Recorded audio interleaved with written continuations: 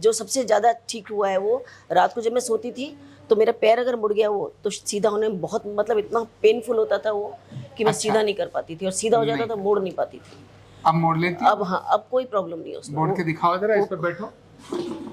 हाँ जी, वो बिल्कुल ठीक हो गया है। पता तो चले। हाँ हाँ जी, ये सब संभव नहीं था। ये पहले मुश्किल होता था मुझे। मैंने आचार्य जी का यूट्यूब से ही देखा था पूरा, और मुझे रिप्लेसमेंट के लिए बोला था डॉक्टर ने, तो मेरे को नहीं करवाना था रिप्लेसमेंट, तो मैंने सोचा कि मुझे यहाँ एक बार ट्राई करना चाहिए। मैंने अभी 30 थेरेपीज ली हैं, 10 दिन हुए हैं मुझे, और आज मैं वापस जा रही हूँ। चलिए ताली बजाओ एक बार, इतनी अच्छी ठीक होकर जा रही हैं। और रात की नींद और दिन का चैन इनका वापस आ गया है ना।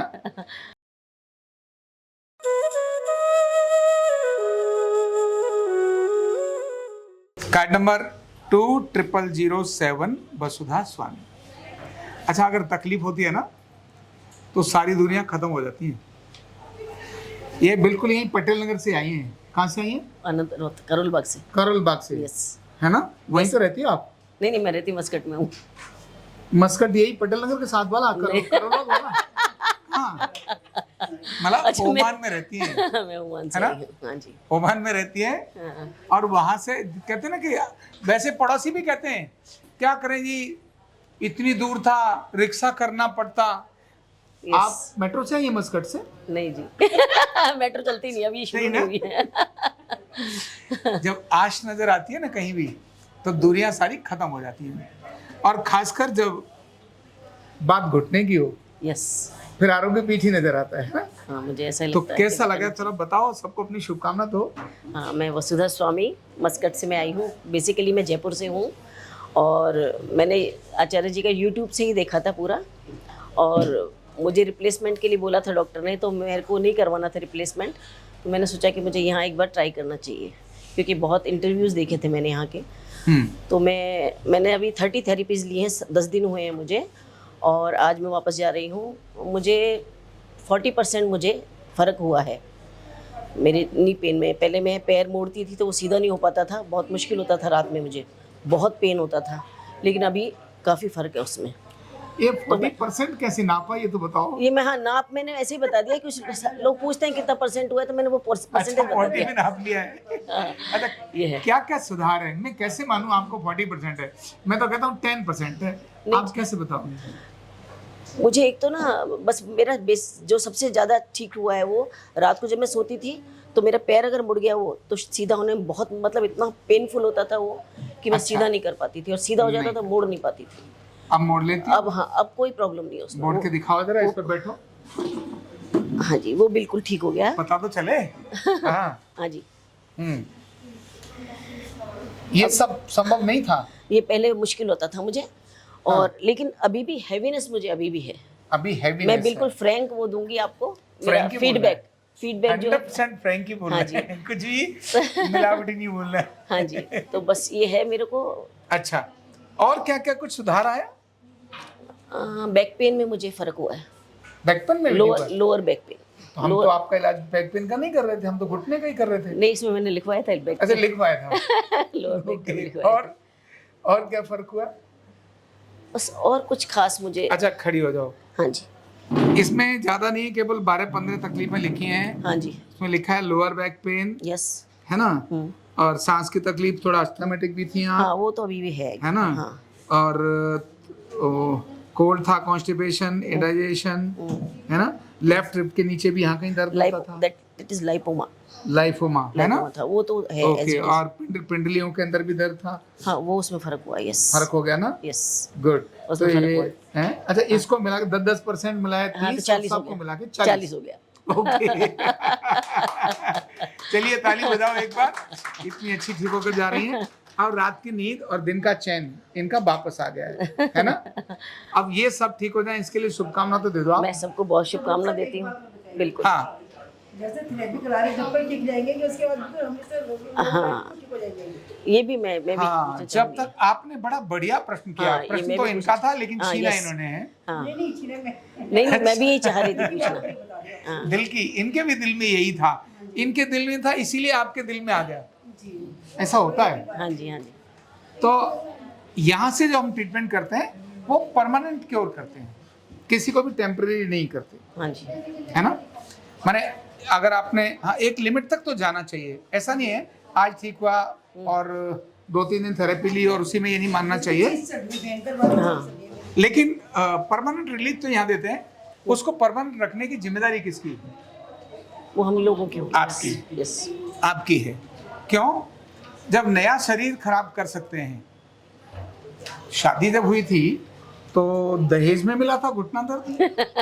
नहीं ना, कंधा दर्द भी नहीं मिला था। बिल्कुल बिल्कुल, तब तो एकदम फिट थे हम लोग। जबरदस्त अच्छे ऐसी नजर आती थी, और लेकिन उसमें दर्द आ गया। अब हमने ट्रीटमेंट जो किया उससे दर्द निकल गया। हाँ, अगर फिर भी गलतियां करते रहेंगे, मान लो, सावधानी रखनी चाहिए, हैंडल विद केयर चलना चाहिए। मोटापा भी आ गया, लीवर भी फैटी है और बहुत सारी कॉम्प्लिकेशंस हैं, उम्र भी बढ़ रही है, तो ऐसे में खाने पीने, यानी 3 चीजों को हमें विशेष ध्यान रखना है। एक वो आदत जिससे दर्द आया था, एक वो आदत जिसके कारण दर्द आया था। अब वो कौन सी आदत होगी? तो रसोई में देर तक खड़े रहना, इसके कारण से दर्द आता है घुटने का, है ना। आप उसके लिए स्टूल रख लो, कुर्सी रख लो, तो नंबर 1। नंबर 2, एज बढ़ रही है और 2-3 मंजिल में घर है, तो सीढ़ियों पर जाना है, 2-3 बार 4 बार उतरना चढ़ना है, और वजन बढ़ा हुआ है, तो ये भी दर्द का बड़ा कारण रहेगा। मेजर कारण ये है। अगर उम्र बढ़ रही है तो शहर में पहले लगाते थे 5 चक्कर पार्क के, अभी भी 5 चक्कर ही लगाते हैं, तो ये ठीक नहीं है। आपके घुटने में दर्द है, अब 5 चक्कर लगाने हैं तो 10 बार में लगा लो। भी आधा चक्कर लगाओ, थोड़ा बैठ जाओ, फिर आधा चक्कर लगाओ, फिर बैठ जाओ, आधा चक्कर लगाओ, फिर बैठ जाओ। एक साथ 5 चक्कर मत लगाओ, क्योंकि उम्र बढ़ रही है, घुटनों में तो खराबी है ही। खराबी है। फिर खाने पीने की सावधानी रख लो। खाने पीने की क्या सावधानी रख लो? बादी की चीजें नुकसान करती हैं, जैसे कड़ी, राजमा, उड़द की दाल, अरबी, भिंडी, फूलगोभी, मटर, ये सारी बीमारियां तो वायु की बीमारियां हैं। तो अगर हम ये खाएंगे तो फिर से 1-2 बार तो खाने से नहीं आएगा, पर खाएंगे तो वायु बढ़ेगी, वायु बढ़ेगी तो दर्द आएगा। तो एक बार अगर आएगा ना, हाँ जी, हाँ, सॉरी, अगर एक बार आपने खा ली, मान लो उड़द की दाल, और ऐसा लगा दर्द आ गया, तो डोंट वरी, ये 72 घंटे में अपने आप ठीक हो जाएगा। इसके लिए कुछ करने की जरूरत नहीं, कोई इलाज की जरूरत नहीं है। पर 72 घंटे में दूसरी गलती रिपीट मत कर देना। कुछ दूसरा फिर से मान लो दूसरा खा लिया, आज अभी राजमा खाए थे, अब 72 घंटे से पहले कड़ी खा ली, फिर उड़द की दाल खा ली। तो ये जो मैंने परहेज बताए हैं, एक बार में एक गलती करो। गलती करने के लिए मना नहीं है, पर उस गलती को रिपीट मत करो। तो ये लाइफ लॉन्ग रखना होगा। हाँ, वो तो है।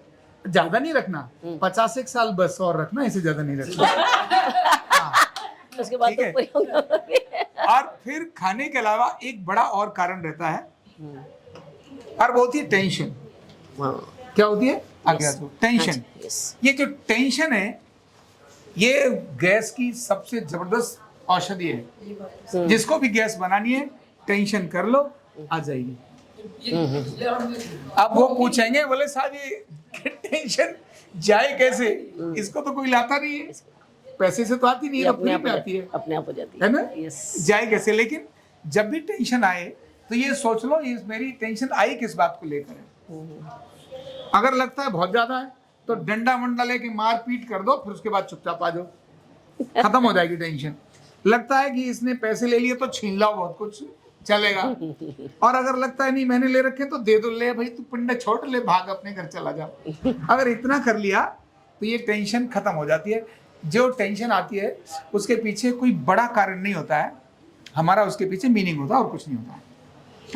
तो ये 3-4 चीजें अगर छोटी छोटी हमने सावधानी रख ली तो अपने को दर्द एक बार जो ठीक हुआ है ना, वो परमानेंट चला जाएगा। और जो एक्सरसाइज हमने बताई है, उन एक्सरसाइज को करना, जैसे घुटने की एक्सरसाइज बताई है, उनको करना। ठीक है। और हाँ, एक बात और है, आपके घर में कौन कौन है? वहाँ तो मैं और मेरे हस्बैंड ही बस 2 ही हैं। ठीक है, हस्बैंड को न्यूरोथेरेपी का डॉक्टर बना दो। हाँ, जैसे मेरे काम आ जाएंगे वो। हाँ, आपके काम आएंगे। यस। 4 महीने 6 महीने के लिए उनको सिखा दो। जब आपको तकलीफ हो तो आपको ट्रीटमेंट दे दें, और आप भी उनसे सीख लो। जब उनको तकलीफ हो तो आप उनको ट्रीटमेंट दे दो।